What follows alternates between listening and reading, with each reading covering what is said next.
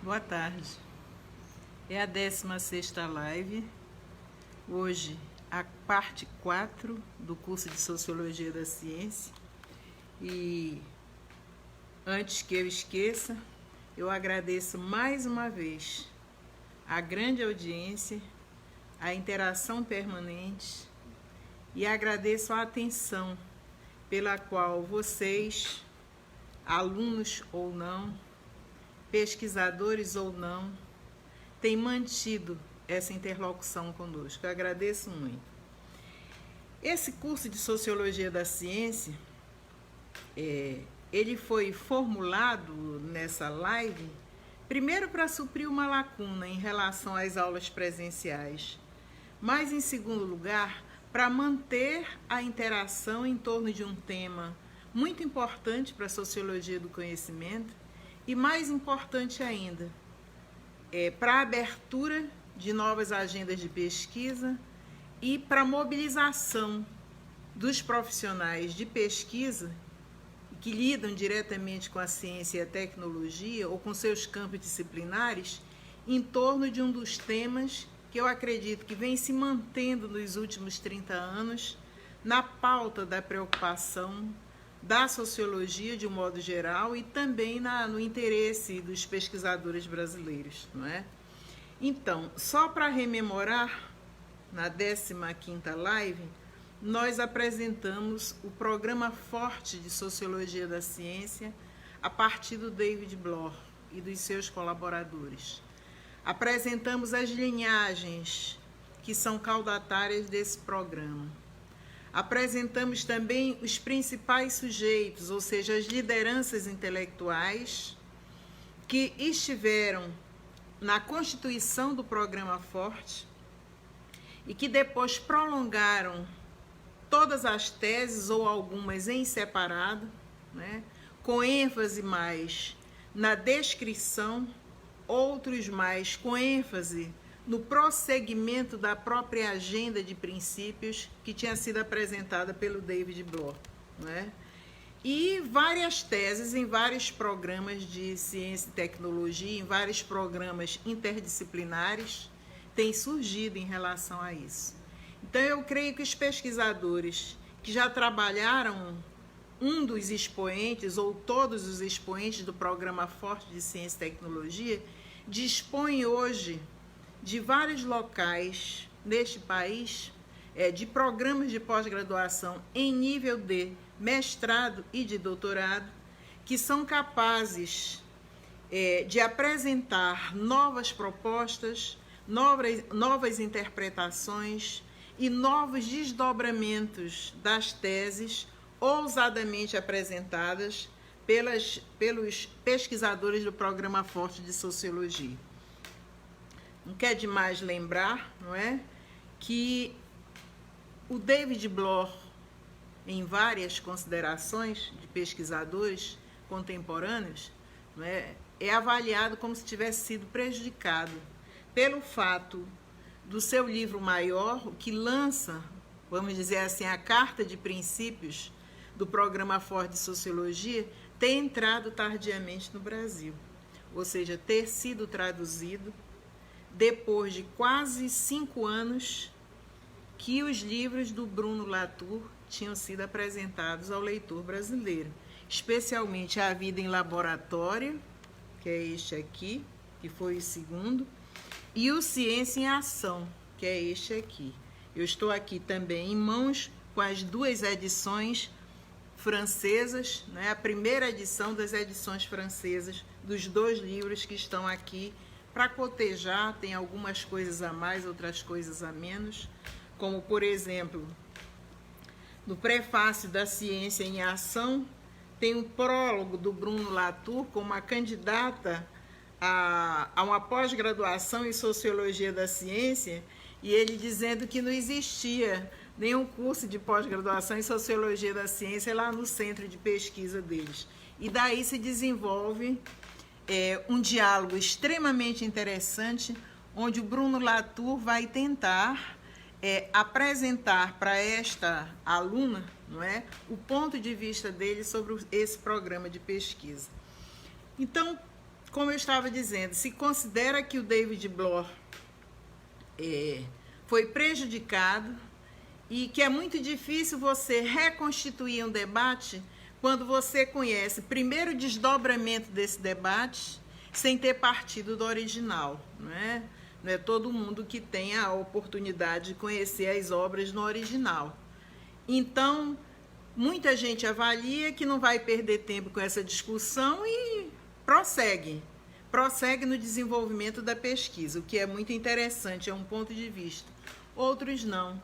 No nosso caso, nós que ensinamos uma disciplina, uma tendência, uma corrente de pensamento, ou uma linha de pesquisa, ou um paradigma, nós temos que apresentar a forma de geração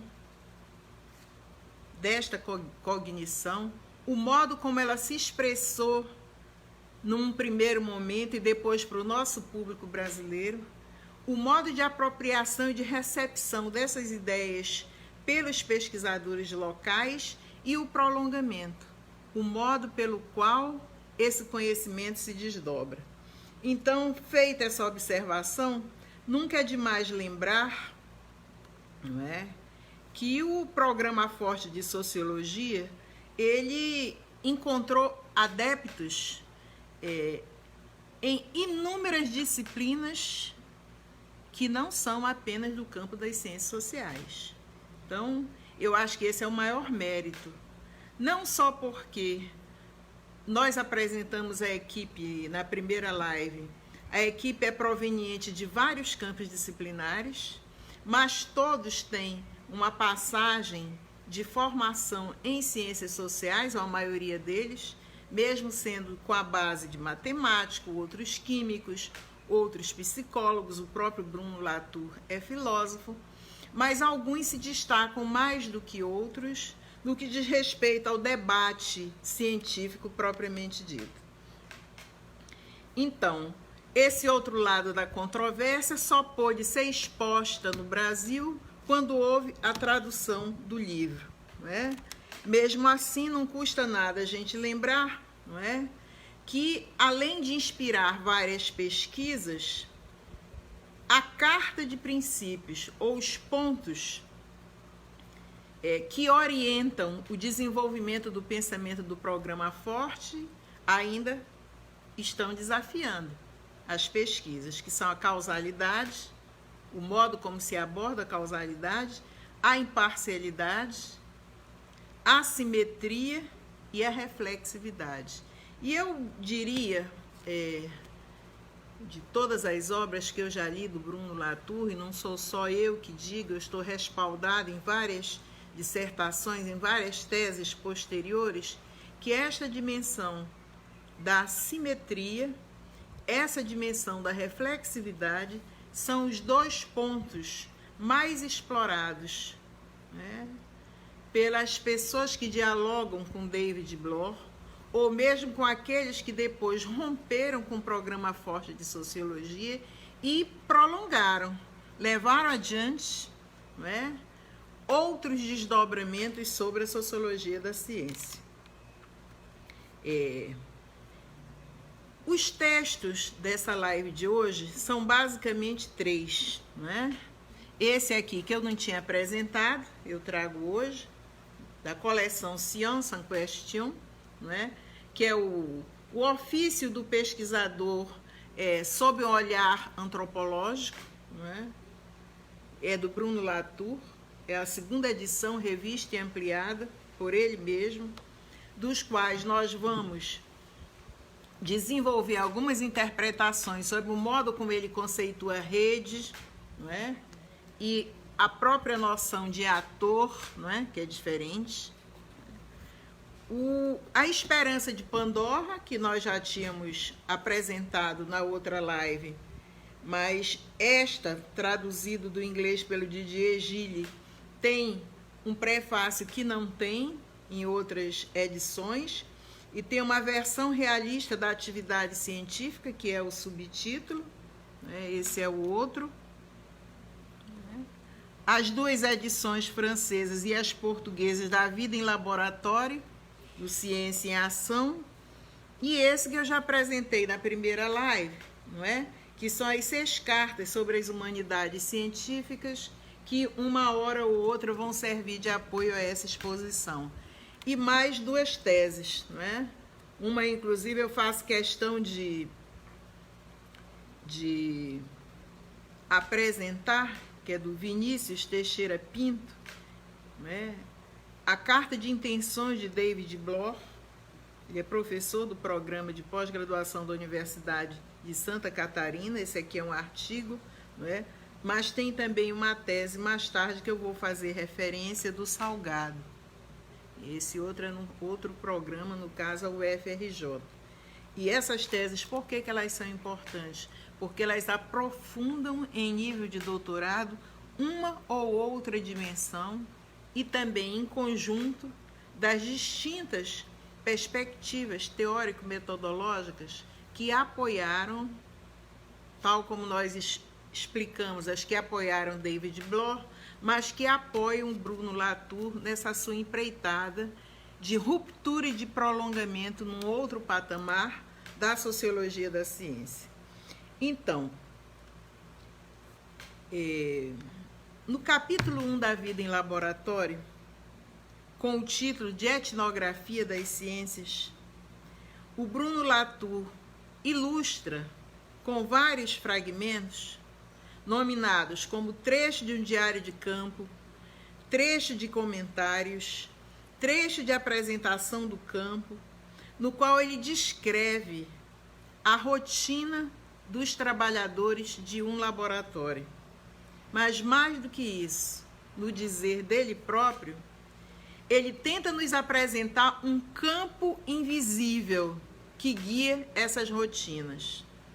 E ele escreve um pequeno texto que eu acho que é quase poético, parece até de inspiração weberiana, onde ele faz o seguinte comentário que eu gostaria que vocês prestassem bastante atenção. No fim do dia, hoje, X milhões de dólares foram gastos, registrados em picos, em mapas, que são nos apresentados como ideogramas chineses e registram as atividades do laboratório.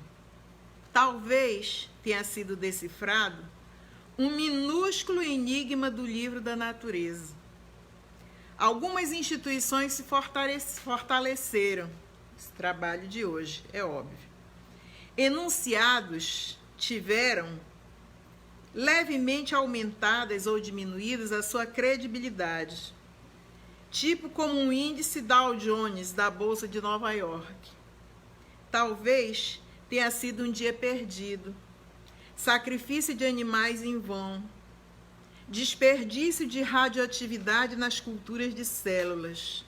Mas talvez, pelo contrário, algumas ideias minúsculas tenham se unido de forma mais estreita. Eu digo que é poético porque o Bruno Latour está mostrando o labor diário da produção científica. Pode ser num laboratório de biologia, pode ser um laboratório de ciências da natureza, de um modo geral, né? De botânica, pode ser um laboratório de física, pode ser um laboratório de química, mas ele está mostrando o trabalho contínuo e miúdo da produção científica, mas está mostrando de uma determinada forma. Ele está nos apresentando como alguém que não é daquela área, mas sabe que é a partir da sua área e do seu campo de competência que ele vai nos demonstrar uma outra inteligência ou uma outra inteligibilidade, não é? Sobre a produção científica. E ele vai descrevendo. A cada capítulo da vida em laboratório, ele descreve o Instituto Salk, no qual ele iria trabalhar 2 anos. Ele descreve o prédio, descreve a arquitetura do prédio, A impressão que ele teve do prédio, até com certo bom humor, esse prédio é uma mistura de templo grego e mausoléu. Ele vê o Jonas Salk, que era a criatura mais proeminente daquele campo científico, o homem da vacina da poliomielite, não é? E ele põe entre aspas, visto pelo americano médio como a própria imagem do saber. Ele está para os americanos, Dr. Salk, assim como Pasteur, o homem da raiva, estava na França. Ele está na Califórnia, em San Diego, onde tem mais prêmio Nobel por metro quadrado, né, segundo consta. E ele vê o Crick conversando animadamente com Leslie Orgel, não é? E faz um comentário sobre a animação desses dois. Mas eu grifei em vermelho o comentário final. Ao fim do expediente, apenas as máquinas e equipamentos continuam a funcionar em seus registros. No laboratório vazio, um filipino faz a faxina. Ou seja, ele já está acrescentando mais impressões acerca do seu procedimento que será explicado nessa live. E no registro etnográfico do Bruno Latour, ele vai expondo o seu desenho heurístico, a forma pela qual ele acabava de conhecer os pesquisadores, as distintas nacionalidades desses pesquisadores que lhe chamavam a atenção, e ao lado ele não esquece de registrar suas percepções, suas preferências, suas avaliações, a apreciação dos assuntos que eles falavam, sublinhava o modo pelo qual eles desenvolviam o assunto, e aí, de novo, o seu traço de bom humor e de perplexidade. Esses pesquisadores, ora pareciam executivos, ora pareciam policiais, ora eram açougueiros, ora as setas, a própria imagem esterilizada da limpeza, ora eles se tornavam caçadores. E ele diz, ao final de alguns meses, este etnólogo francês falava dele próprio, mal balbuciando o inglês e ignorante em matéria de ciência, tornara-se invisível. Ou seja, ele já era parte do ambiente, do mobiliário e das relações que se processavam dentro do laboratório. Quando havia uma visita no laboratório, indicava o meu escritório. E assim se expressavam. Aqui está o nosso cromatógrafo de alta pressão, mostrando o equipamento. Aqui o nosso filósofo residente. E lá o nosso espectrômetro de massa. E ele continuava registrando. Ele estava sendo apresentado sem nenhuma diferenciação das coisas que serviam às pesquisas nesse laboratório. E diz ele, foi então que eu comecei a estudar seriamente aquele mundo estranho. À maneira dos antropólogos, meus ancestrais, não me furtei de dar um pouco de ordem e compreensão à desordem heterogênea e confusa de um laboratório de biologia. Após 2 anos de presença ininterrupta no coração deste laboratório, uni-me na hora de redigir a Steve Ugar, sociólogo inglês, que concluiu uma tese sobre a descoberta dos pulsar, em 1978, e que se apaixonara pela etnometodologia, assim como pelo problema da reflexividade, em 1976. Não esqueçam que a reflexividade é um dos pontos de princípio do programa Forte. Então, decidimos em conjunto redigir a primeira etnografia de um laboratório. E aí ele diz, para nossa grande surpresa, era realmente a primeira etnografia. E nessa parte, ele passa a nos contextualizar de um modo muito particular, na medida em que as coisas vão aparecendo, a razão de ser de uma etnografia de um laboratório, e eu diria que ele faz um reencantamento da narrativa científica. E quem lembra, especialmente os alunos de sociologia, daquela introdução do Max Weber à ética protestante e espírito do capitalismo, e olha que o Bruno Latour não era weberiano, quando Max Weber vai apresentando todo o conhecimento da humanidade e dizendo como é que esse conhecimento foi alterado em vários domínios pelos processos de racionalização e de secularização, o Bruno Latour faz o inverso disso.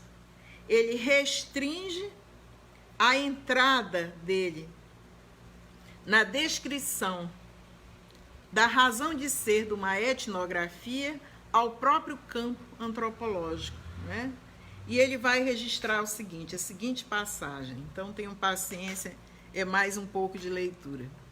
Ele diz: centenas de etnólogos visitavam todas as tribos imagináveis, penetravam florestas profundas, repertoriaram os costumes mais exóticos, fotografaram e documentaram as relações familiares ou os cultos mais complexos.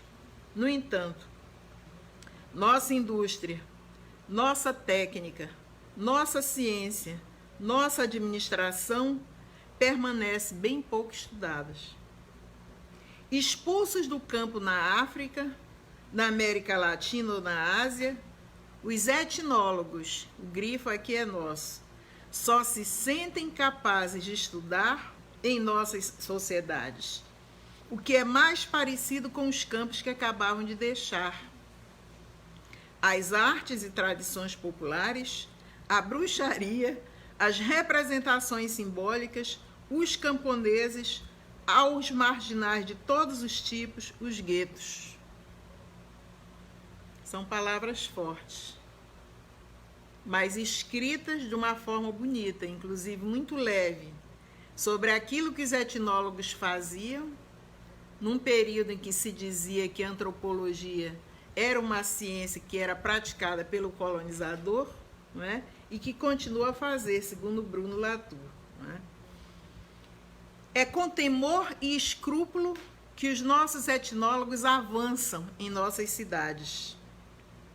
Chegando ao cerne delas, estudam a sociabilidade dos habitantes, mas não analisam as coisas feitas pelos urbanistas, pelos engenheiros do metrô, pela Câmara Municipal. Quando penetram de salto alto em uma fábrica, estudam os operários que ainda parecem um pouco com os pobres exóticos e mudos, que os etnólogos têm o hábito de sufocar sob os seus comentários, mas não estudam os engenheiros ou os patrões. Ciência da periferia, a antropologia não sabe voltar-se para o centro. Também grifei em vermelho, porque é uma assertiva bastante forte, não é? E que precisa ser vista com muito critério, né? E com muito distanciamento também, em relação àquilo que o Bruno Latour quis dizer. Então, vejamos só. Ciência da periferia, antropologia não sabe voltar-se para o centro.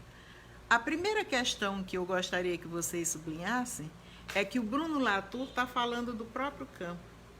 Então, a crítica dele não está sendo feita em relação a outro campo do conhecimento. É uma crítica interna às ciências sociais e ele está tentando praticar aquilo que ele criticava no David Bloor, que o David Bloor não aplicava o programa Forte a um dos princípios mais caros desse programa Forte, que era a reflexividade. Então, ele está praticando a reflexividade como ponto de partida. Né? E ele elege uma forma muito interessante de começar a exercitar essa prática. Né? Ele desenvolve essa forma nos apresentando a figura mítica do Iane, ou do Janus, como a gente pode dizer, que é o Janus bifronte, né? Ou seja, é uma figura mítica de uma cabeça jovem, de uma cabeça madura, envelhecida, não é? E é um mito do deus romano, que deu origem ao mês de janeiro, não é? Como vocês podem pesquisar. Ele era um porteiro celestial com duas cabeças, representando os términos e os começos. É óbvio que o começo é apresentado pelo Iane jovem, ou Janus jovem, e o término é representado pela figura envelhecida do Janus maduro, não é? Então, na visão de Latour, a face austera e formalista do Deus representa a ciência pronta. Tem um artigo maravilhoso na área de pós-graduação da saúde, no Cielo, vocês podem ver, onde tem esse título: O mito do passado e do futuro do Janus bifronte, aplicado à pós-graduação da área de saúde pública, que é muito interessante. A outra face é vivaz, é informal e representa a ciência em construção. No estudo de Latour, as primeiras palavras do Janus remetem a um fenômeno acústico estranho que nos pode confundir. É que eles falam ao mesmo tempo. E as duas faces desta figura mítica, ao falarem ao mesmo tempo, dizem coisas completamente diferentes uma da outra, não é? Então, é assim que ele começa a perguntar: como é que eu vou entrar no laboratório? Como é que eu vou proceder a uma antropologia do conhecimento científico? Como é que eu vou começar uma etnografia sobre os projetos científicos? E então eu vou procurar uma entrada, né? E é nessa procura de entrada que ele apresenta esse mito, e apresenta com esse mito a sua regra número 1. E já vamos logo registrando. Nós estudamos a ciência em ação, e não a ciência ou a tecnologia pronta. Para isso, ou chegamos antes que os fatos e máquinas se tenham transformado em caixas pretas, ou acompanhamos as controvérsias que as reabrem. Então, aqui, nesse momento, ainda não tem nenhuma contradição com o programa forte do David Bloch. Ou seja, se procura um modo de acompanhar o desenvolvimento dos projetos científicos. Se procura um modo de chegar ao conhecimento das práticas científicas, mas antes que essas práticas científicas sejam concluídas, antes que elas sejam transformadas em um conhecimento específico dos cientistas, e antes que nós possamos saber quais foram as dinâmicas internas deste processo de produção do conhecimento, quais foram os acordos pelos quais uma equipe de cientistas ou a sua liderança científica chegou ou chegaram para produzir um determinado conhecimento, que, como nós vimos, ao fim daquele dia, do primeiro dia do estágio do Bruno Latour, no laboratório, né, pode ser um acréscimo mínimo ao conhecimento que já está disponível. Então, se vocês pesquisarem na internet ou tiverem acesso aos livros, ou mesmo a muitos dos vídeos que tem no YouTube, vocês vão ver a figura da ciência pronta, portanto, é o Janus maduro, envelhecido. E a figura da ciência em construção, né? E a regra número 1 do Bruno Latour: nós estudamos a ciência em ação, a ciência em construção, e não a ciência ou a tecnologia pronta. Então, de que constitui essa matéria? Qual é o estado de espírito do pesquisador? Qual é a disposição intelectual, não é? com o qual uma pessoa, como ele diz, balbuciante no inglês e sem entender nada daquela linguagem científica, pode produzir, não é, pelo programa Forte, ciência a partir desse contexto. Aí ele vai dizer: incerteza, trabalho, decisões, concorrência, controvérsias, isso que vemos quando fazemos um flashback das caixas pretas, certinhas, frias, indubitáveis para o seu passado recente. Então, é com este ponto de vista que ele vai praticar a sua etnografia da ciência. Estudamos a ciência em ação e não a ciência pronta. E diz ele: esta é a primeira decisão que devemos tomar. Nossa entrada no mundo da ciência e da tecnologia será pela porta de trás, a da ciência em construção, e não pela entrada mais grandiosa da ciência acabada, ou seja, a entrada mais grandiosa, a mais reconhecida e a mais legitimada. Ele vai escolher, não é? Tem um trecho aqui muito interessante, ele diz: entre a ciência mais sábia. E a ciência sempre tem duas faces, uma mais sábia e outra mais ignorante, onde começam as questões. Eu fico com a parte mais ignorante. Eu prefiro começar pela ciência da ignorância. E ele diz, a primeira distinção que se faz aqui, então, é entre o contexto e o conteúdo, não é? E eu escolho, então, a parte que não se expressa ainda compreensível, aquela que ainda não está aceita como a parte bem-sucedida. Então, essa é a primeira forma de entrar. São várias as situações que vão se constituir nesse primeiro momento. De suspense, jogada, prazo de publicação, limites de tempo, termos que não são comumente usados para descrever a estrutura de uma molécula, ou seja, o Bruno Latour, diariamente, naquele cantinho onde ele estava, onde ele era apresentado ao lado do espectrômetro de massa e de outros equipamentos, ele vai registrando tudo que ele ouve. Mesmo que ele não entenda, ele vai registrando e vai deixando de lado, não é? Vai registrando e vai articulando esses pequenos pedaços. E de um caos e de uma desordem total do ponto de vista do cognitivo para ele, ele vai enunciando a primeira regra e a segunda regra também. Isso. Qual é a parte que eu vou examinar? É objetiva ou é subjetiva? De que modo eu vou examinar essas partes, não é?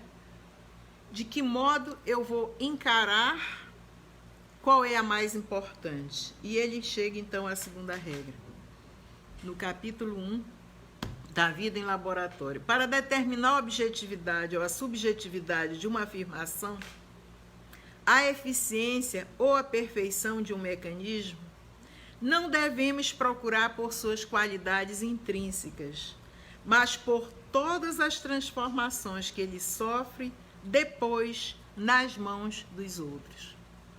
Seja, com isso, o Bruno Latour também já vai ampliando um modo de percepção e de registro em que a dimensão coletiva da construção dos fatos não depende apenas daqueles sujeitos que estão diretamente envolvidos ou são diretamente responsáveis por esses fatos, não é? Ou seja, ele já vai dizer por onde por quais mãos passaram, não é?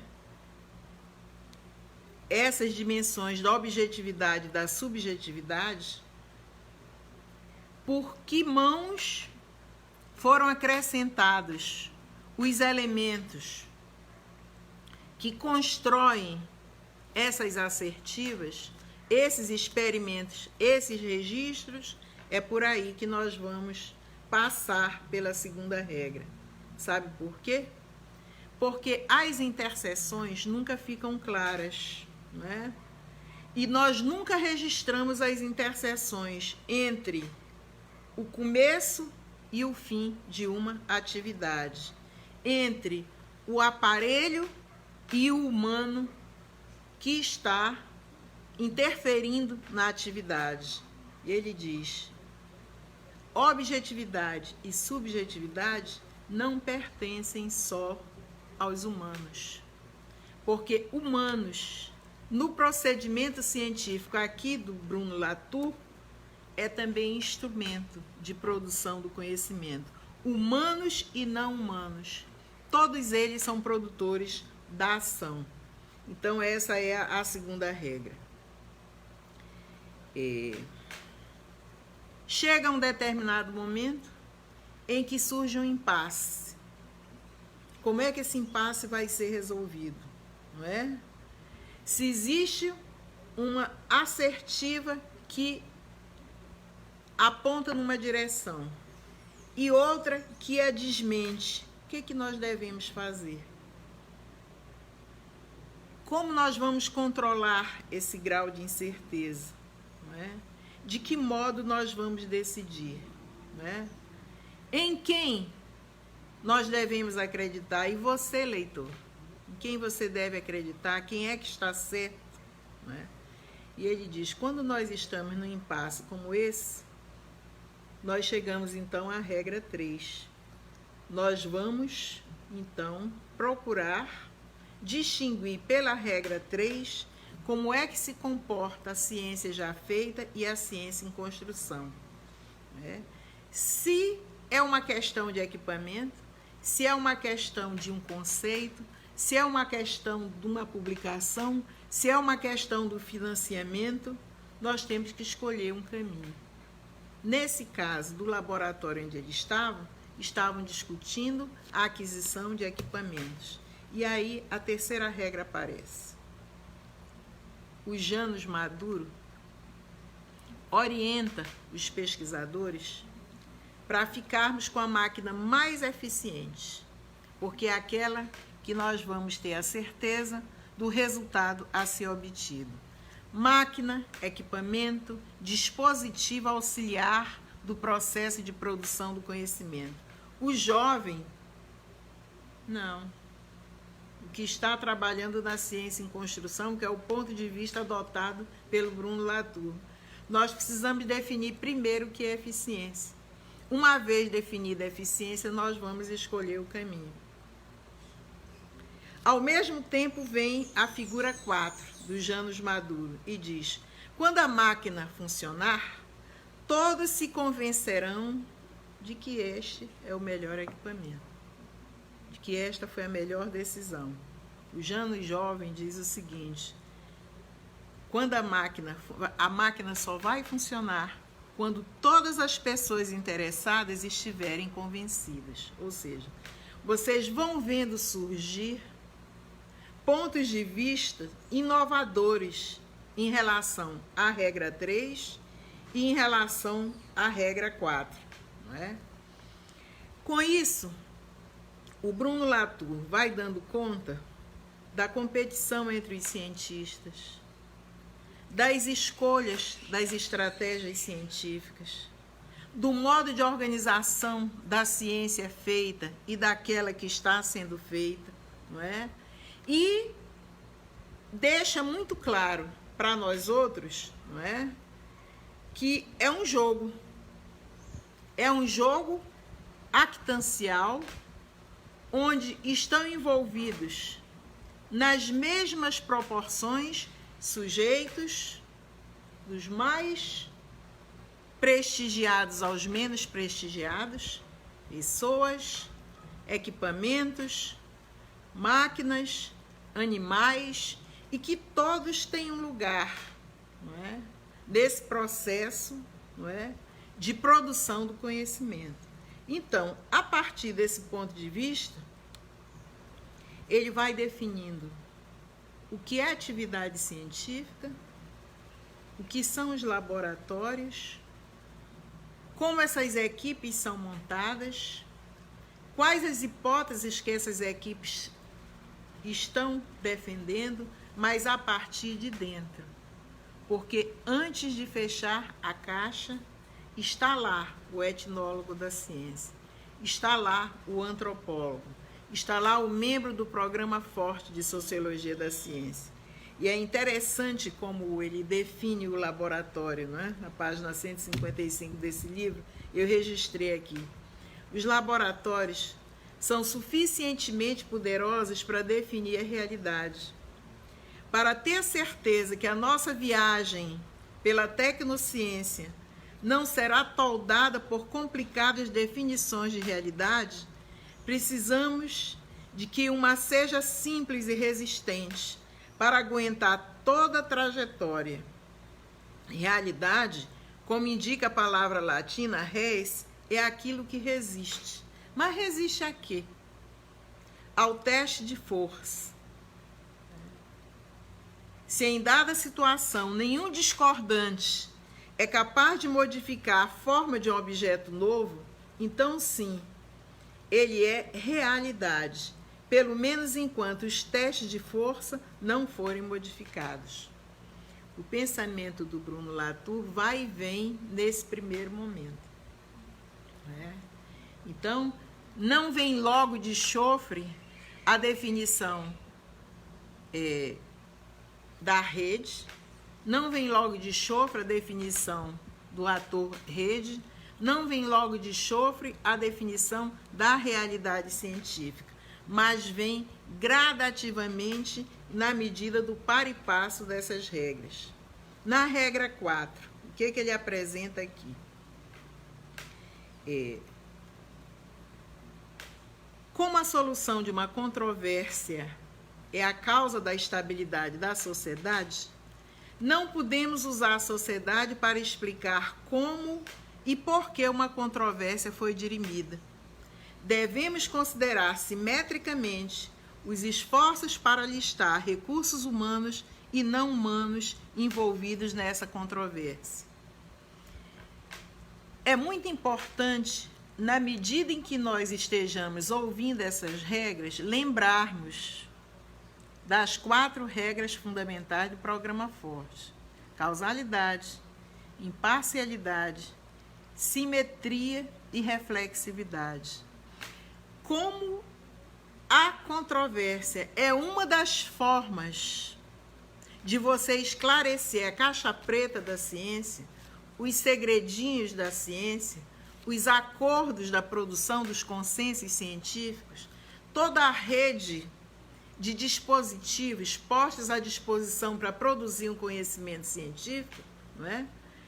Uma forma de dirimir tudo isso é pela controvérsia, a outra é pela entrada pela porta de trás, antes que a caixa preta da ciência se feche.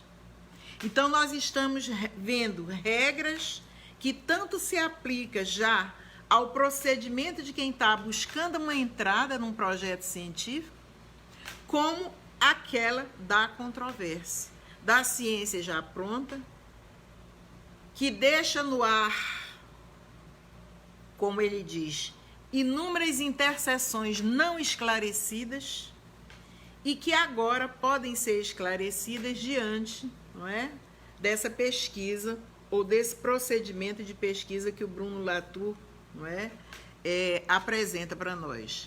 Ainda em relação à controvérsia, diz o Bruno Latour, quando qualquer controvérsia se acalora, sabemos como acompanhar o acúmulo de artigos e nos orientar nos laboratórios que estão por trás dos artigos. Ele enumera várias controvérsias. Assim como o David Bloor enumera várias controvérsias. Assim como o Michel Calon enumera várias controvérsias. Na live anterior, eu listei alguns dos projetos de pesquisa liderados por essas pessoas. Ele diz: para adquirir o conhecimento sobre essa controvérsia, tivemos que pagar um preço que pode ser sumariado pelos 3 princípios metodológicos que apresentei. Primeiro, desistir de qualquer discurso ou opinião sobre a ciência feita. Ou seja, esses argumentos, uma vez que a ciência já está feita, eles não serão objeto da atenção do Bruno Latour. Eles já passam como discurso cognitivo organizado e arrumado para valorizar o paradigma científico defendido ou o que orientou aquele produto científico. Então, desista de qualquer discurso ou opinião sobre a ciência feita. E em lugar de você estudar o discurso, siga os cientistas em ação. Tem uma coisinha ou outra aqui da tradução, mas eu estou me virando. Segundo, desistir de qualquer decisão sobre a subjetividade ou a objetividade de uma afirmação com base simplesmente no exame dessa afirmação. E, em vez disso, acompanhe a sua história tortuosa, de mão em mão, durante a qual cada um transforma mais em fato ou mais em artefato. Ou seja, a modificação que vai sendo processada a partir da interferência, né, dos actantes da produção desse conhecimento, sejam eles humanos ou não humanos. Terceiro, finalmente, abandonar a suficiência da natureza como principal explicação para encerramento das controvérsias e, em vez disso, contabilizar a longa e heterogênea lista de recursos e aliados que os cientistas estavam reunindo para tornar a discordância impossível. Ou seja, aqui pela primeira vez já aparece uma alusão direta à própria construção dos consensos científicos como, não é, um indicador etnológico, como um indicador em que o pesquisador deve conduzir a sua atitude diante da incerteza do que ele vai obter, não é? E ele passa por outros momentos importantes dessas regras, mas já chega a dizer que a ciência tem um modelo. A ciência feita tem um modelo, onde ela aparece casada com a técnica e, de algum modo, se apresenta à sociedade como verdade e que a sociedade passa a constituir crenças em relação a essa verdade. Mas também que a ciência em construção tem um outro modelo, em que essas conexões entre ciência, técnica e a sociedade geram uma outra postura, geram um outro nexo, que é quando nós vamos obter do Bruno Latour a configuração do que seria uma rede sociotécnica, mas aí isso ainda não é o momento. Aí vem a outra regra metodológica, que é a que se expressa na figura do Janus, né? Do Janus 5. 5, e diz o seguinte: o Janus maduro expressa a máxima: o que é verdade sempre se sustenta. O Janus jovem informa que quando as coisas se sustentam, elas começam a se transformar em verdade. Então, é uma reviravolta na interpretação da obtenção do questionamento sobre a ciência e a tecnologia, não é? Então, só lembrando, a regra 1, estudar a ciência em ação e não a ciência pronta, não é? E a regra 1 e a regra 2 permitem que essa viagem pela tecnociência não seja capaz de desorientar o etnólogo, não é? Pelo contrário, a regra 1 e a regra 2 juntas vão nos conduzir a uma observação do cenário em que se encontra a alegação que nós escolhemos como ponto de partida. Ele escolheu entrar pela porta dos fundos. Ele escolheu acompanhar o cientista. Ele abandonou as cognições. Ele está sendo até agora muito coerente com as pretensões do construtivismo social que foram expostas na live passada. A outra orientação, nós vamos descobrindo as pessoas que estão lutando para transformar a justificação ou alegação em fato e aquelas que estão tentando demonstrar que ela não é um fato. Ou seja, ele vai observar simetricamente as forças que reforçam uma hipótese de um projeto, pequeno ou grande, e aquelas que são contrárias a essa hipótese ou a essa justificação ou as questões que foram colocadas no momento da construção científica. E aí ele diz, verificando qual é a alegação e qual é a direção que cada alegação vai, ou a direção para a qual ela é empurrada, né, pela ação oposta desses dois grupos, seja subindo a escada do convencimento, seja descendo a escada, é por essa bússola que nós vamos nos orientar. Não é? E aí vem a outra regra metodológica. Com relação àquilo de que é feita a tecnociência, devemos permanecer tão indecisos quanto os vários atores que seguimos. Ou seja, não é momento de tomar posição.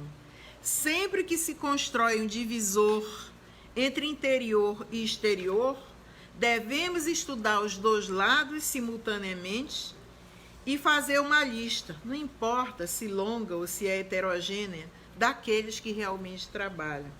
Seja fiel ainda, não é, à simetria que ele está defendendo. E aí aparece de novo o mito bifronte do Ianos, né? Onde o mais velho diz o seguinte: a ciência e tecnologia é a causa da execução dos projetos. E o mais novo diz simultaneamente: executados os projetos, a ciência e a tecnologia aparece como força propulsora por trás deles. É possível observar aqui na descrição do Bruno Latour já um acúmulo, né, da experiência mesmo de observação, tanto da literatura e de pessoas que estão seguindo os projetos em várias partes do mundo, como da sua própria experiência. Diz aqui o Ianos fala duas línguas opostas ao mesmo tempo.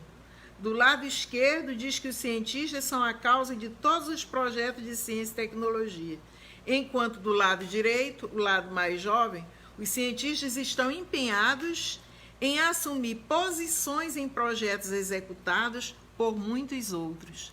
E a partir dessas posições, e uma vez executados os projetos, que aparecerão as forças que estão por trás desses projetos, sejam essas forças ligadas à ciência e tecnologia no sentido estrito, sejam as forças ligadas à política de ciência e tecnologia. Né? Então, o estudo desses dois lados simultaneamente, né, podem nos trazer o encaminhamento das dimensões não racionais da produção do conhecimento científico. Né? E, aliás, essa dimensão vai aparecer na regra 6, metodológica do Bruno Latour, que diz o seguinte, no capítulo 5 da vida em laboratório: diante da acusação de irracionalidade, não olhamos para que a regra da lógica, não olhamos para que regra da lógica foi infringida, nem que estrutura social poderia explicar a distorção, mas sim para o ângulo e a direção do deslocamento do observador, bem como para a extensão da rede que assim está sendo construída. Que reafirma o que eu falei, que nesse momento do desenvolvimento da descrição da etnografia científica da vida em laboratório, o conhecimento acumulado do Bruno Latour já permitia a ele falar em rede, já permitia a ele falar em deslocamento, e trazer a irracionalidade para o ponto de vista da descrição propriamente dita. E diz: as muitas diferenças provocadas pelo processo de acusação entre as chamadas culturas tradicionais, acusadas de acreditar em coisas, e a estreita rede científica, que para expandir-se precisa descobrir que todas as afirmações usadas até então pelas pessoas são imprecisas, fluidas, moles, duvidosas ou erradas. Para isso, precisamos simplesmente observar os cientistas enquanto trabalham. Quando Bruno Latour apresenta essa postura, e ele diz isso na introdução do livro, de um modo de ele dizer: eu escrevi um artigo muito corajoso e informei os meus colegas das ciências duras que eu estava estudando eles como uma cultura primitiva, do mesmo modo como um etnólogo faz. E eles acharam muita graça, porque eles não perceberam que era exatamente isso que eu estava fazendo. E ele está trazendo isso para a discussão agora, não é? Ele diz: o que acontecerá durante essa movimentação? Durante todo esse percurso de entrar pela porta de trás da ciência em construção e de constituir o conteúdo da caixa preta. Quem assim se move cruzará o caminho de muitas pessoas. A cada interseção revelam-se associações novas e inesperadas entre coisas, palavras, costumes e pessoas.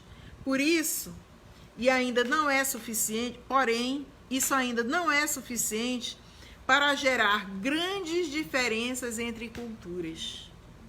Ou seja, estudar do modo como o etnólogo estuda uma cultura de outro povo, de outra etnia, não é muito diferente do que começar a estudar a cultura científica. Lá vem ele: piratas, mercadores, soldados, diplomatas, missionários, aventureiros de todo tipo viajaram pelo mundo durante séculos e acostumaram-se à diversidade de culturas, religião e de crenças. Mas examinemos a natureza peculiar de cruzar-se o caminho de alguém quando estão em jogo fatos mais duros. Consideremos os paleontólogos a viajarem penosamente pelo deserto de Nevada, à cata de ossos de fósseis. Consideremos os geógrafos que saem com a missão de fazer o mapa da costa do Pacífico. Consideremos os botânicos mandados em busca de todo tipo de planta, fruto e erva. Esses viajantes estarão interessados no povo, na paisagem, nos costumes, nas florestas, nos oceanos, dos lugares por onde passam? Em certo sentido, sim, porque querem usá-los para voltar com mais recursos. Em outro sentido, não, porque não deseja estabelecer-se em todos aqueles lugares estranhos. E aí, antes dele anunciar a outra regra, ele vai falar do interesse e do desinteresse, que estão ao lado do racional e do racional. E ele diz: as palavras interesse e desinteresse, assim como racional e irracional, não têm sentido enquanto não consideramos o movimento do cientista mundo afora. Essa constituirá a nossa sexta regra metodológica. Diante de uma acusação de irracionalidade ou simplesmente de crenças em alguma coisa, nunca acharemos que as pessoas acreditam em coisas ou são irracionais.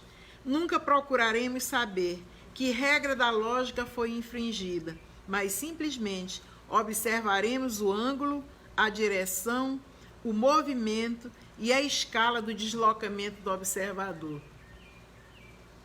Eu relendo A Vida em Laboratório para essa live, Achei muita graça quando ele diz: fui apresentada para a equipe de pesquisadores, cada um falou sobre o seu projeto específico, né, o laboratório de neurobiologia, né, neuroendocrinologia, aliás. E de repente eles estavam falando como se fosse um executivo de uma multinacional ou de um operador de bolsa. Eles estavam falando em custos, eles estavam falando em processos de fábrica, eles estavam falando em tempo de entrega do equipamento, eles estavam, de alguma forma, né, irritados pelo atraso ou pela possibilidade de insucesso, pela ausência de um equipamento que não foi comprado. E a gente pode dizer para uma pessoa que chega naquele momento lá que muitos argumentos não eram racionais, né? Eles estavam reagindo ao calor da discussão como qualquer outra pessoa que estava interessada, não é? Em defender um ponto de vista com toda a sua paixão, com todas as suas forças. E aí vem a regra, que ele torna clara aqui.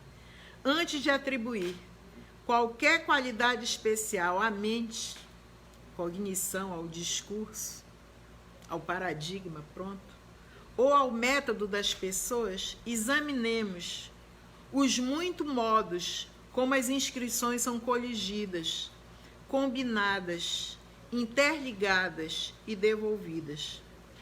Só se alguma coisa ficar sem explicação, depois do estudo de rede, é que devemos começar a falar em fatores cognitivos. Eu acho que esse é o ponto mais radical da investigação das regras metodológicas do Bruno Latour. Só depois de todos os procedimentos de observação da realidade, de ver a ciência de trás para frente, de conhecer todos os intestinos do processo de produção do conhecimento, é que a gente pode falar em fatores cognitivos como decisivos do desenvolvimento da produção científica, não é? E ele diz: o que eu proponho aqui, como a 7ª regra metodológica, é uma moratória, muito bonita a expressão, nas explicações cognitivas para a ciência e a tecnologia. Falar em moratória, Bruno Latour acabou de lançar um livro sobre a construção dos fatos na ciência jurídica. Acho que eu até mandei para o Bianor essa orientação de que o livro saiu, a tradução em português, que é extremamente importante. É como se ele estivesse abrindo a caixa preta da ciência do direito, do modo pelo qual, segundo ele diz, depois de quase 3 séculos, de 2 séculos e não sei o quê, se construiu sentença no mais absoluto sigilo. Então ele se propôs a averiguar e escrever um livro sobre isso, que é muito importante. Ou seja, aqui ele está propondo como regra metodológica uma moratória na ciência. Uma moratória para o pesquisador da ciência. Ou seja, vamos deixar as explicações cognitivas sobrestadas. Ficaria tentada a propor uma moratória de 10 anos. Se quem acredita em milagres tivesse tanta certeza de sua posição, aceitaria o desafio. Ele é muito irônico, mas fala com uma sutileza elegante de que dificilmente as pessoas que estão em posição de grande status científico dificilmente iam aceitar essa moratória, dificilmente iam colocar em dúvida a sua reputação. Por outro lado, ele provoca essas pessoas dizendo: se quem acredita em milagre tivesse tanta certeza de sua posição, aceitaria o desafio. Coloca o cientista, na sua pseudo-racionalidade, na mesma condição de quem acredita em milagres. Não é? Então, eu diria que esses estudos do Bruno Latour permitiram, como eu falei, vários desdobramentos e várias apreciações. E eu queria aqui que vocês sublinhassem um artigo do André Mendonça, que é o mesmo doutor que eu apresentei na live anterior, e que faz uma síntese de vários temas que ele trabalhou na tese dele, que nós já tínhamos visto, que se chama O Encontro entre a Tarefa Reflexiva Filosófica e o Trabalho Empírico Sociológico, a Fraqueza e a Força do Programa Forte. Nesse artigo, o André desenvolve uma análise da controvérsia do próprio Programa Forte, dos passos a passos em que o Bruno Latour vai questionando o Programa Forte, com e razão, e vai acrescentando o seu ponto de vista sobre o Programa Forte. E ainda, o modo pela qual depois o David Bloor escreve um texto anti-Latour, e que depois o Latour responde, ou seja, tem a réplica e tem a tréplica dessa polêmica, ou seja, a própria controvérsia se torna um tema fascinante para avaliar o programa da sociologia da ciência. Nesse texto, digamos assim, o grande sublinhamento que o Mendonça faz, corroborando o que nós dissemos na aula anterior, é que a grande crítica ao Programa Forte é que o Programa Forte não apresenta o pano de fundo da paisagem sociocultural da criação do Programa Forte. E o Programa Forte estaria incorrendo, portanto, na estranha situação de ter historicizado e sociologizado as ciências naturais e naturalizou a sociologia, ao preço de ter naturalizado a sociologia, porque não se questiona os fundamentos pelos quais o Programa Forte foi erigido. Então ele pergunta quais seriam os condicionantes sociais do próprio Programa Forte. Quais os interesses que eles atendem? Uma saída possível, assim como no caso dos cientistas naturais, eles não podem ser autorreflexivos, ficando esse tipo de tarefa para ser desempenhado por outras pessoas. Ou seja, um outro trabalho é o trabalho do Tiago Barcelos Pereira Salgado, que chama Fundamentos Pragmáticos da Teoria Ator-Rede para análise de ações comunicacionais em redes sociais online. Esse trabalho é genial. Ele analisa a formação das redes sociotécnicas a partir dos fundamentos da sociologia da ciência. É também uma tese de doutorado da UFMG. Foi definida em 2018. Entre as páginas 45 a 96, nós temos um aprofundamento de toda a teoria ATAR, a teoria Ator-Rede, suas implicações, a caracterização da sua linhagem, do ponto de vista teórico e do ponto de vista metodológico, as rupturas paradigmáticas que foram se processando. Então, é um estudo audacioso, porque é um estudo que é feito dentro do domínio da comunicação, mas que realiza o procedimento não só da controvérsia, mas da entrada num programa pela porta do fundo, na caixa preta, antes que ela se feche e antes que se consolide um conhecimento a respeito disso. Bom, uma grande contribuição que esse texto traz para nós, é de inserir essa abordagem do Programa Forte de Sociologia e a abordagem do Bruno Latour naquilo que eles chamam das sociologias pragmáticas francesas. Na primeira live sobre sociologia da ciência, eu trouxe o texto do Corcouf. Então, em grande parte, eu já conhecia o texto, esse livrinho aqui, Nouvelle Sociologie, do Corcouf. Essa parte da sociologia pragmática francesa é inspirada né, nessa construção.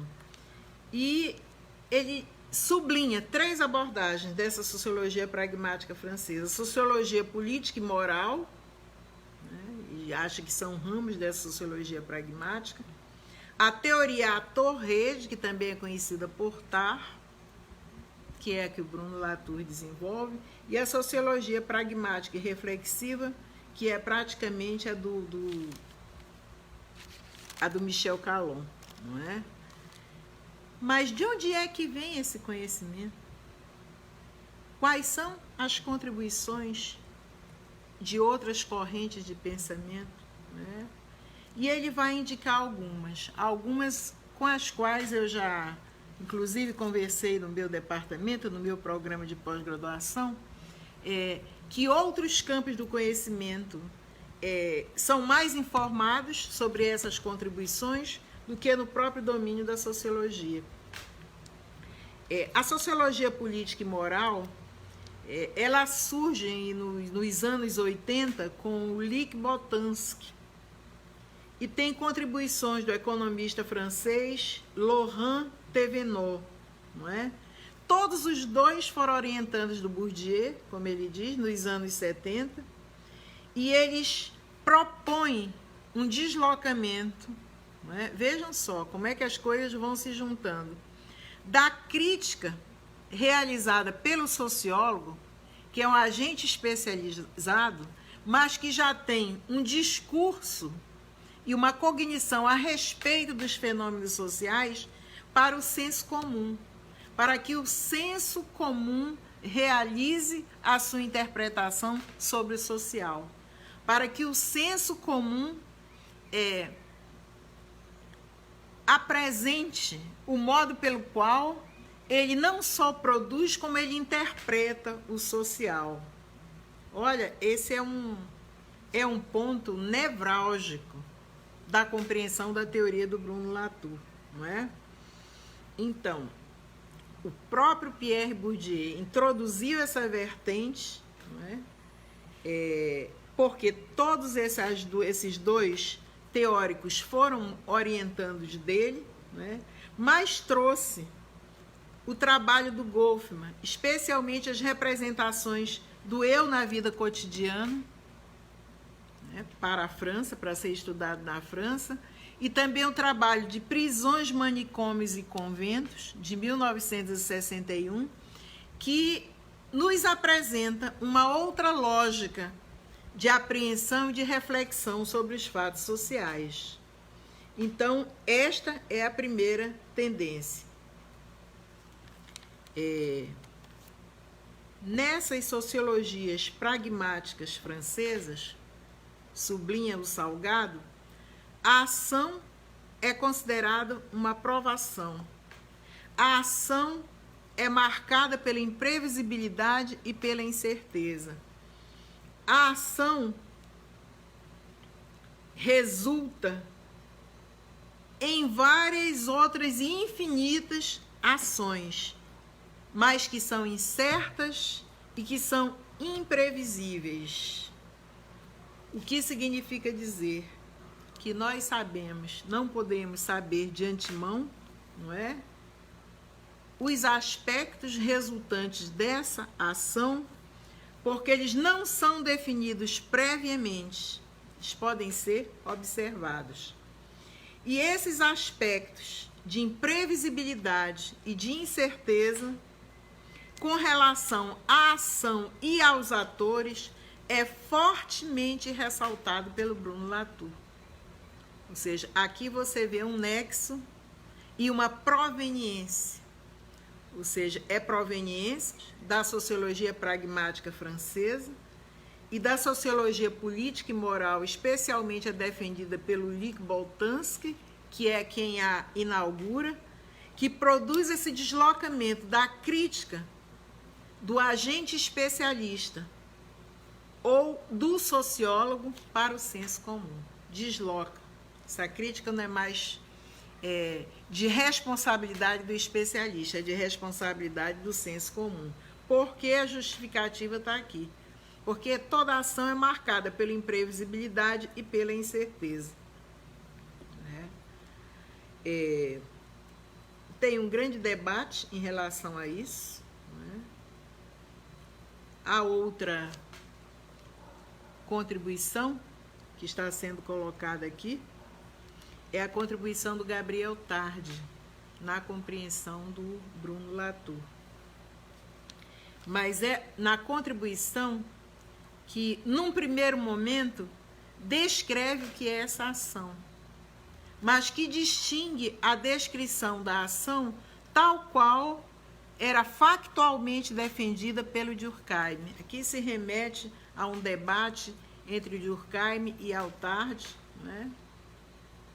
Se deixa subentendido que, na opinião do Latour, quem tinha razão era o Gabriel Tarde, mas quem venceu a estratégia científica foi o Durkheim, porque ele, na verdade, se responsabilizou pelo processo de institucionalização da sociologia francesa, e o Tarde, o Gabriel Tarde, foi colocado em segundo plano.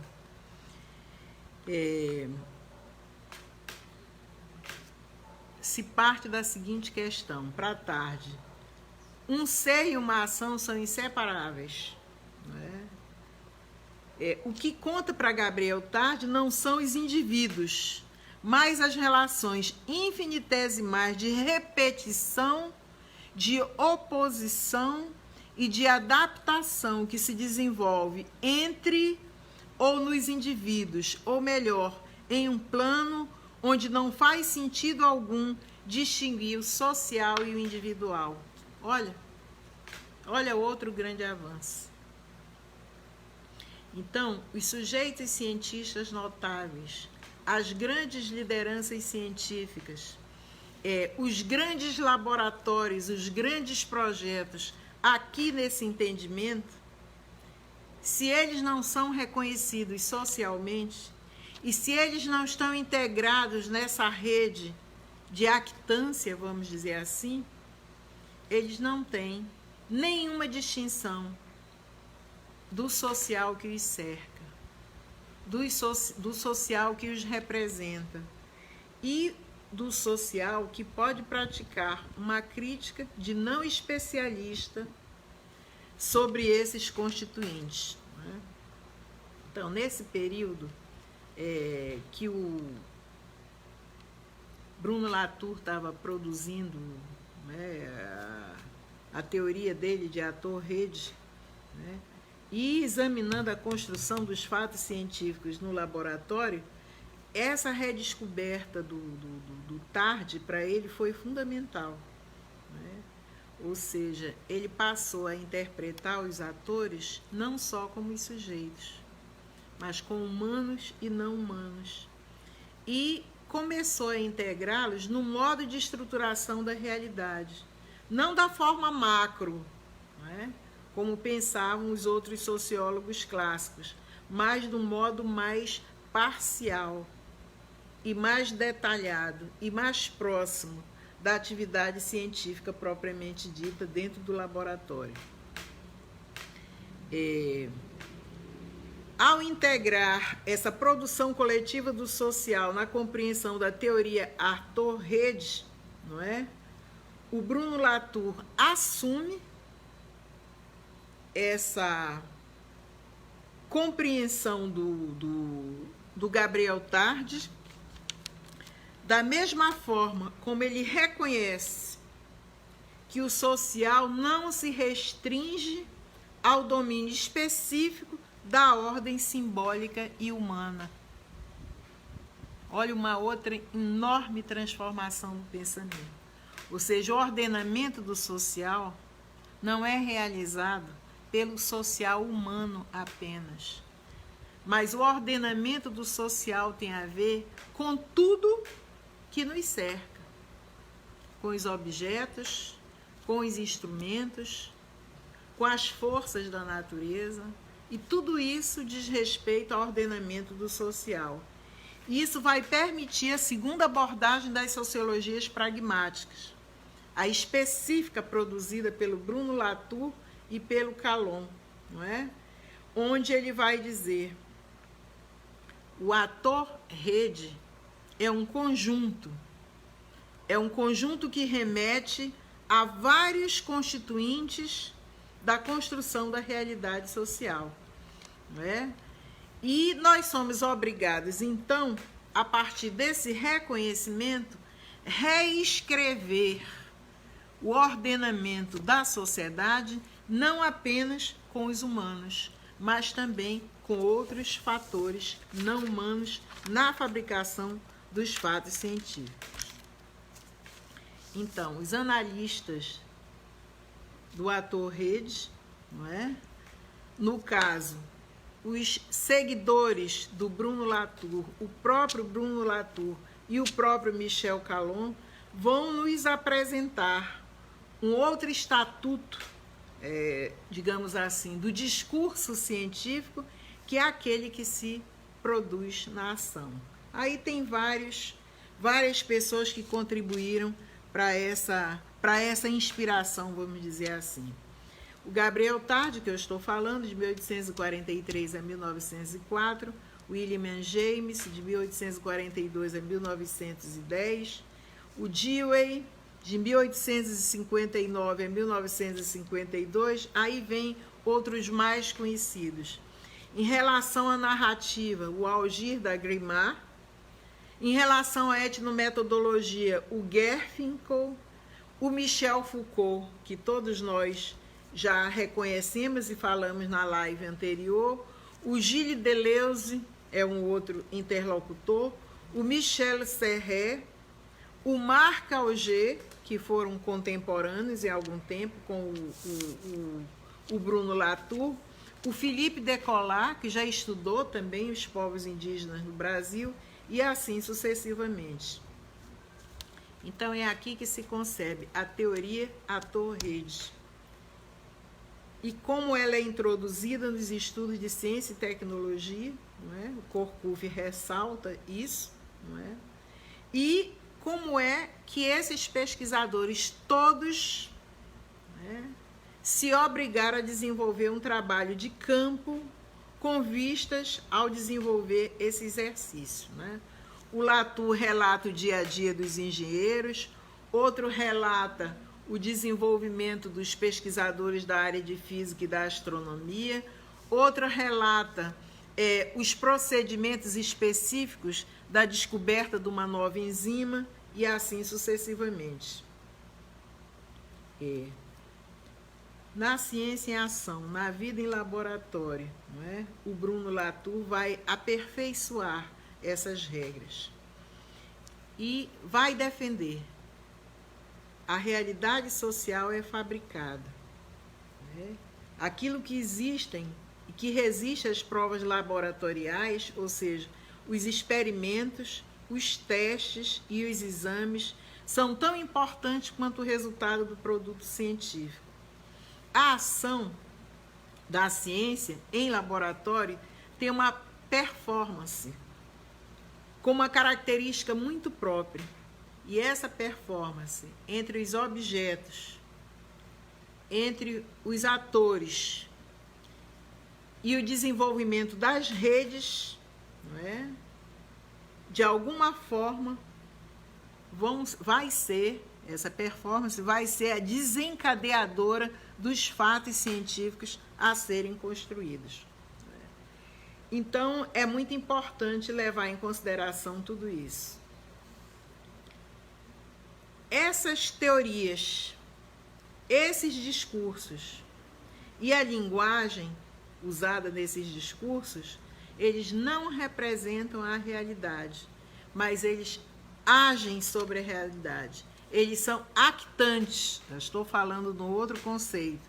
Eles são agentes que produzem e que criam a performance, não é? Então, a sociologia da ciência operacionaliza essa noção de performatividade, mostrando como os cientistas produzem, constroem e fabricam a realidade social em seus laboratórios. E isso passa a constituir, não é, a sociologia da ciência propriamente dita. Uma outra contribuição que é assimilada pelo Bruno Latour, do Gabriel Tarde, não é a infinitude dos atores e a distribuição da ação nessa infinitude. Então, a ação é plural. Não cabe mais aqui aquela distinção entre o individual e o coletivo, né? Porque toda ação que é plural, ela não tem o controle do indivíduo propriamente dito, ou ele não tem um pleno controle consciente do efeito e do impacto dessas ações. Então, a ação, ao invés de ser caracterizadora apenas de sentido, a ação é um nó, é uma ligação, é um conglomerado, aqui definido, de muitos e surpreendentes conjuntos de funções que só podem ser desemaranhados aos poucos. Esta é a verdadeira fonte da incerteza, que desejamos restaurar com a bizarra expressão ator-rede. O fato de nunca estarmos sós ao agir exige apenas alguns exemplos, e ele vai citar A, B, C, D exemplos. Isso é o próprio Latour falando daquilo que ele aprendeu do Tarde. Isto posto, é preciso dizer então que o ponto central dessas sociologias pragmáticas francesas, sobretudo a que vai ser formada pela teoria ator-rede do Bruno Latour, é a ação dos atores humanos e os não humanos. Parece literatura, né? Só me lembro do Macunaíma, só me lembro do Mário de Andrade e de outros desenvolvimentos da criação literária que foram envolvendo não só os personagens humanos, como aqueles personagens que não são humanos, que não são apenas os animais também. São pedras, são, enfim, espaço físico, são elementos da natureza. O modo como a ação entre atores humanos e não humanos agem, e eles não são estabelecidos de antemão. Então, aquilo que era tomado como certo passa a ser questionado, passa a ser reavaliado, redefinido, posto em prova. O teste laboratorial, o exame escolar, o debate científico, tudo isso passa a ser objeto dessa sociologia pragmática. A terceira ramificação, falei em duas, dessa sociologia pragmática francesa é a sociologia pragmática reflexiva, que tem como foco propriamente dito, e também é chamada de sociologia das controvérsias. Aí, essa sociologia foi concebida pelo Francis Chateau-Renaud, a partir da criação do Grupo de Sociologia Pragmática e Reflexiva da Escola de Altos Estudos em Ciências Sociais da França, não é? Tem um grupo de seguidores muito jovem, e estão em plena, vamos dizer assim, em pleno processo de afirmação e de discussão, não é? E esse Chateau-Renaud, que defendeu uma tese sobre a sociologia dos conflitos de uma sociologia dos conflitos e de responsabilidade, teve como membro de banco o próprio Bruno Latour, né? Portanto, é um grupo que já se fortalece a partir da própria teoria do ator-rede.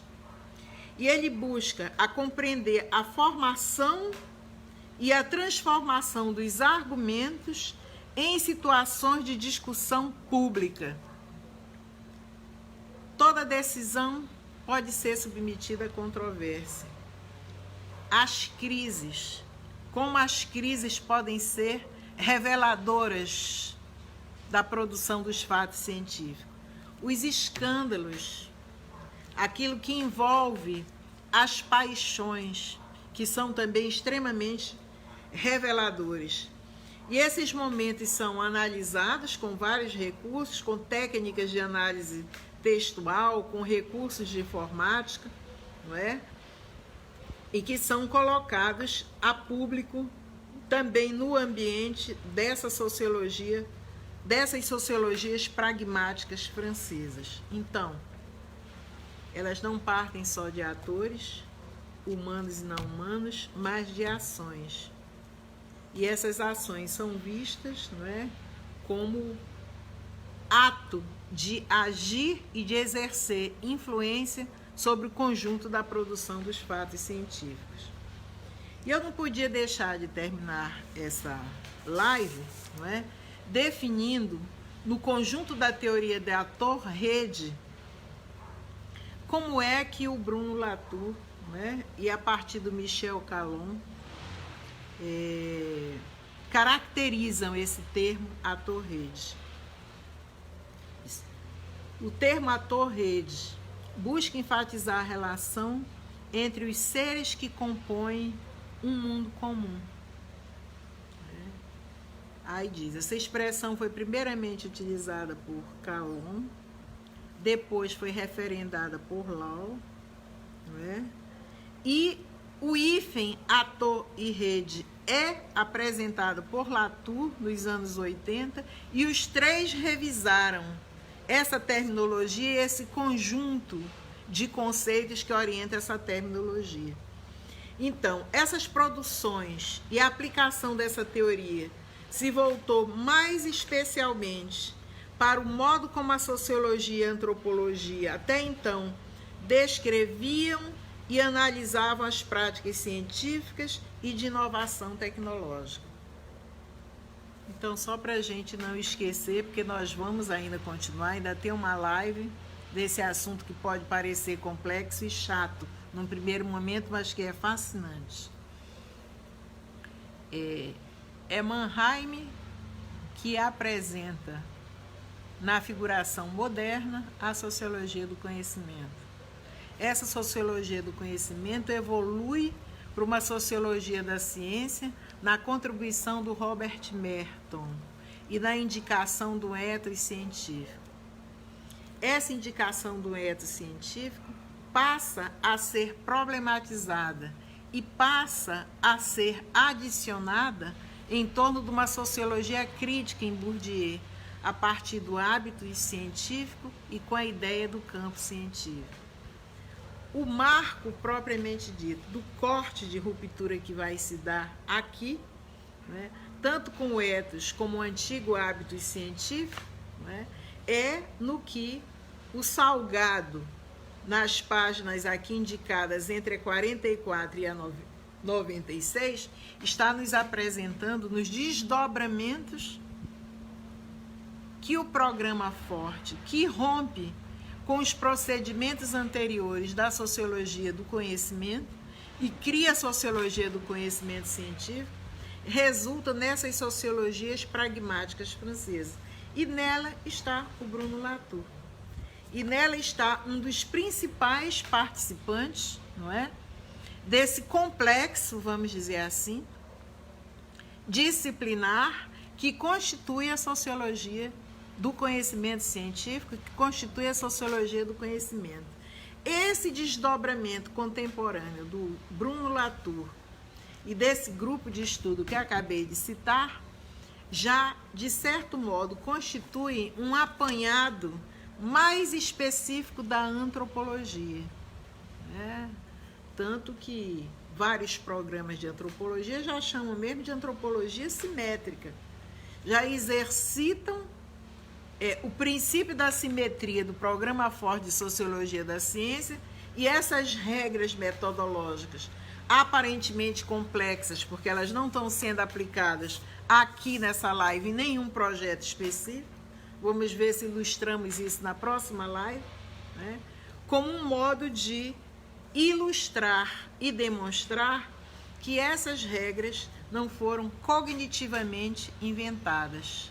Elas foram registradas a partir de 12, 15, 20, 100, 200, 1000 estudos de pesquisadores com esta nova mentalidade que entraram nos projetos ainda em momento de constituição.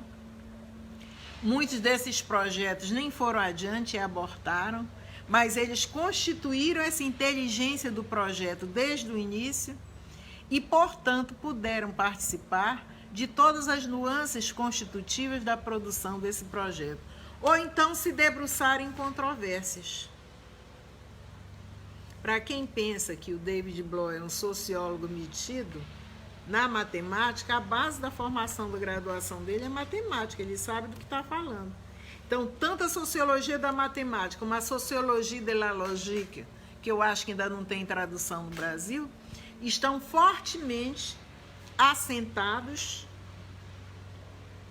em hipóteses, né, que o David Bloch levantou no próprio desenvolvimento dos problemas matemáticos, ou das abordagens matemáticas, ou das teorias que as matemáticas sustentam, não é? Aliás, ele fala em matemáticas no plural, fala em matemática alternativa, em relação aos conceitos, em relação aos problemas, em relação às suas linguagens. Então, aqui, nesse momento que a gente define ator-rede, não é?